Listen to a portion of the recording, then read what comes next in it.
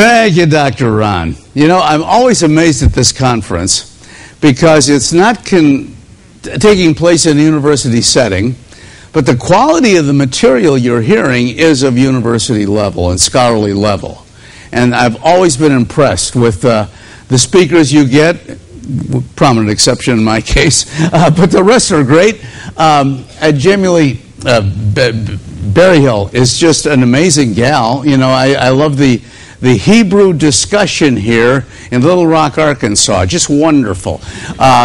Deuteronomy 6:4, you know, that's the John 3:16 for Jews, as you well know. In fact, the ideal way to die if you're a Jew is to have that verse on your lip. Adonai Eloi, Shema Yisrael, Adonai Eloheinu, Adonai Echad. And if you say Echad, the last, if you take your breath, if you time it just right, you should try to have that Echad, that one. Hear, O Israel, the Lord is one on your breath. I don't know how many succeeded in doing that, or if you were a dying Jew and you said, "Shall I take another breath or let it go at that?" I just don't. I just don't know if that would work or not.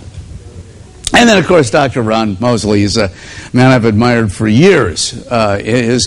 His incredible knowledge of Hebrew and how it applies to the story of Christ in the early church is kind of unparalleled, really. So it's an honor to be addressing you today.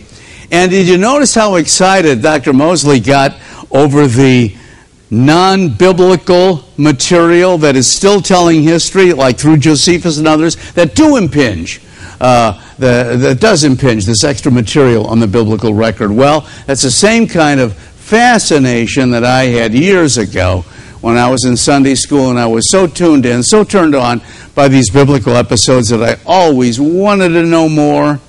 And I would ask the Sunday school teachers questions like, what was the name of King David's fourth wife?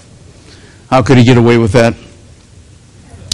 Who was the Virgin Mary's grandfather on her mother's side? What was Pontius Pilate doing in the Monday after Easter? What was Paul, ask your father. Or another version was, we've been given only 66 books in the Bible. Can't you please be satisfied with those? Well, you know, I always, though, wanted to know more. I was so fascinated with these incredibly important stories that are so colorful in Sunday school, especially when the teacher tells these and your jaw starts dropping.